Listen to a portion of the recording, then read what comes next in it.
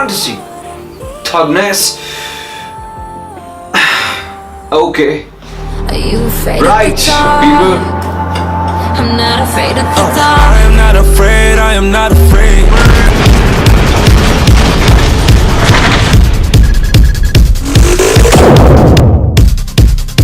Bright, directed by David Ayer, starring Will Smith and Joel Edgerton, is an alternate version of a present Earth wherein all the fantasy elements exists in our presence and are breathing with us. Orcs, elves, fairies, dragons, name it, they're all living together.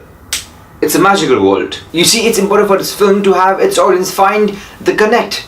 There has to be this human factor, element to which you could connect to and like the movie. Keeping the racism factor fused with the current world and fantasy did manage to keep the audience anchored. Most of the movie turns out to be an escort mission wherein a human cop and his partner and all are escorting an elf with a magical wand to safety.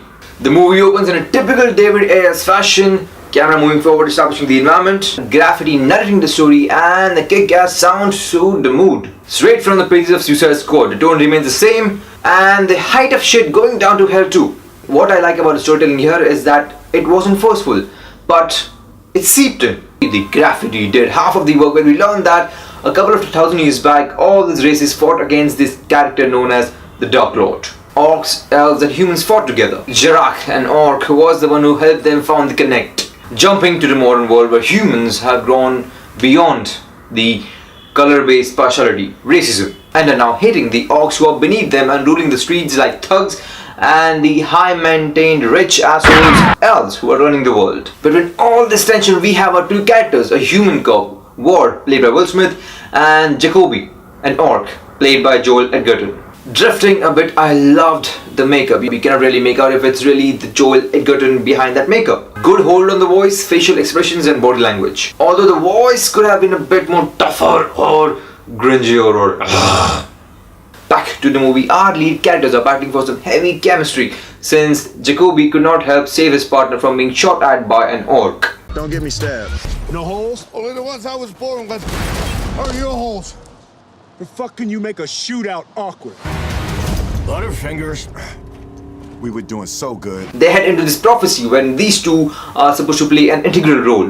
While on duty, these two bump into Tika, who is in possession of a magical wand. Now, only brides chosen magicians can hold a wand, and this one belongs to the leader of a covenant group who wants to bring back the Dark Lord. The action that takes place between this escort slash chase scene is quite cool. Will Smith keeps acting like an asshole. Jacoby, a kind orc, and his partner tries to cope up with his attitude. And Tika, the new age version of Lilo from The Fifth Element, is crazy. Numi Rapaz and her team are a ferocious trio who are trying to hunt down the other trio. She killed it in her action sequences, and that was it for her. No character development or depth. Edgar Ramirez was looking dashing as an elvish FBI agent. The CGI looked a bit off, bit poor, the editing could have been better. The dialogues most of all felt like an improv. As the story runs, the prophecy which was narrated to us in bits and pieces actually is taking shape, and our lead characters find themselves to be a part of it. Now the most ridiculous thing was to see how and why Will Smith, a normal human, can best an elf, an assassin, a covenant leader. That was just high and stupid. Just because he's the lead and the hero doesn't mean that he can actually do that. I mean, this trio single-handedly took off an entire squad of swords and feds, but hey, they are getting a tough time by a normal human. Unbelievable. In the end, Will Smith happens to be a bride. This was seen even before the movie could have begun. So, no surprise there. The movie will very much get a sequel, and I'm actually looking forward to it, since the prophecy has already started taking place into reality. Modern age Lord of the Rings. Sort of. The concept was brilliant, satire was apt, storytelling was good enough. How good was the movie? There's nothing else on TV, fuck it. Go watch it, enjoy it and love it, and tell me what you think about it. Give me opinions in the comment section. If you like the video, hit like and subscribe for more.